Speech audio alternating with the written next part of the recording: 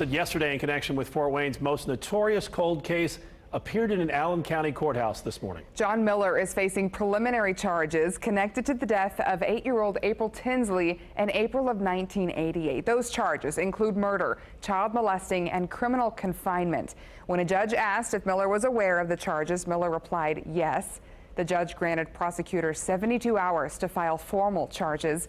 Miller will be back in court on Thursday. 30 years ago, Tinsley was abducted from her Fort Wayne home. The first grader's body was found by a jogger 3 days later in a ditch along a road in DeKalb County. Now, today in court, about a dozen people showed up in support of April Tinsley. One of those people was Tinsley's aunt, who was emotional during today's hearing. She said it was overwhelming to sit across from Miller today.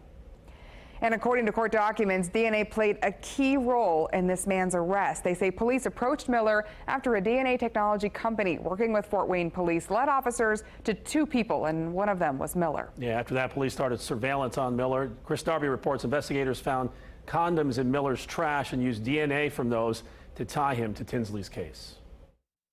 And they advertise it as a way to find out more about your family history, but that DNA information about you is going into this database. That database, GEDmatch, is helping solve crimes. According to court documents, John Miller became a murder suspect after police started working with a genetic research lab. The people there using DNA samples to find relatives in the system. They're building the tree out and they're saying, okay, who could their second or third cousin be? And were they in this town at this particular time when this particular crime took place?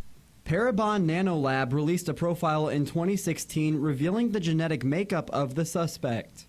What we're seeing in a lot of these cases that are eventually solved is that, at the time we give the police the phenotyping results, that person is not on the suspect list. So even if the description is very accurate, without a way to know to suspect that person, like if there isn't other investigative information leading to that person, it can still help with that investigation, but it's not going to solve it. That's where the genetic database comes in, getting mixed reactions from people happy to help, others deleting their information. I've heard that some people are doing that because they are concerned about privacy and worrying that their DNA could be used for this unintended purpose. We've seen a lot of interest in people are excited that they get to sort of help with this societal good. And that was Chris Darby reporting. Yeah, and the Indiana State Police Crime Lab also played a key role here, verifying the DNA collected at Miller's house, matching the DNA found at the original crime scenes.